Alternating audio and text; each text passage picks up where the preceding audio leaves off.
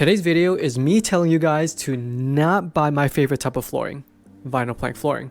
Let me explain. Okay, so if you've seen any of my previous videos, I always vouch for vinyl flooring because it's awesome overall.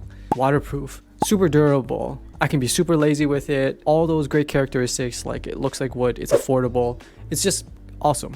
However, and the thing you should avoid is really thin vinyl flooring. There are many varying different thicknesses when it comes to vinyl flooring, from as low as 2 millimeters thick all the way up to 10 millimeters thick, and each serving their own purpose. Alongside that, there are different installation styles, from peel and stick to glue down to just the click installation method, but we'll focus more on the click installation method. With vinyl click installations, those planks of flooring come together at a joining point, and those joining points are where those click systems are. Now, the click systems are always a portion of the final thickness of the flooring itself. So, 8 millimeter flooring would have probably a click system that is only half that size, 4 millimeters. So if you get thinner floors, the even thinner those click systems are.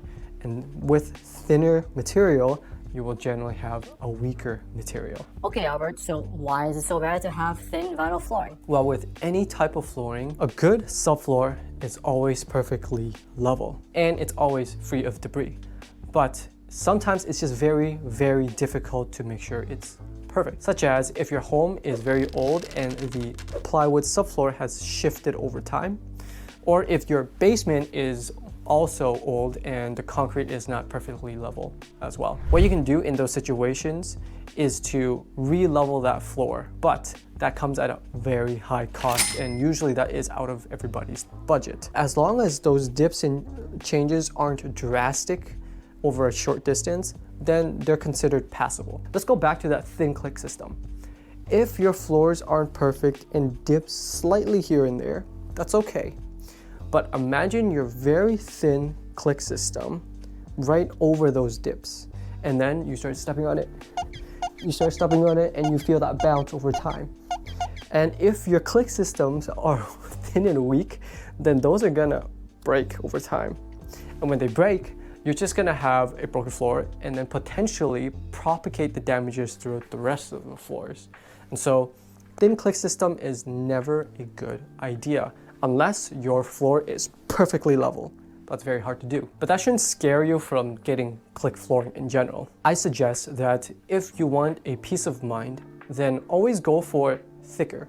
More material in this case is usually better, or unless you're willing to spend that extra cash to level your entire floors. The reason I'm saying this is because in the recent years, 5 millimeter vinyl click flooring has been coming up with issues, primarily because of that thin click system. And so I'm just here to tell you guys so you don't run into that issue yourselves. And as a general rule of thumb, 7 millimeter thick vinyl and up is always a good choice. And so I'm not telling you guys to never buy vinyl click flooring.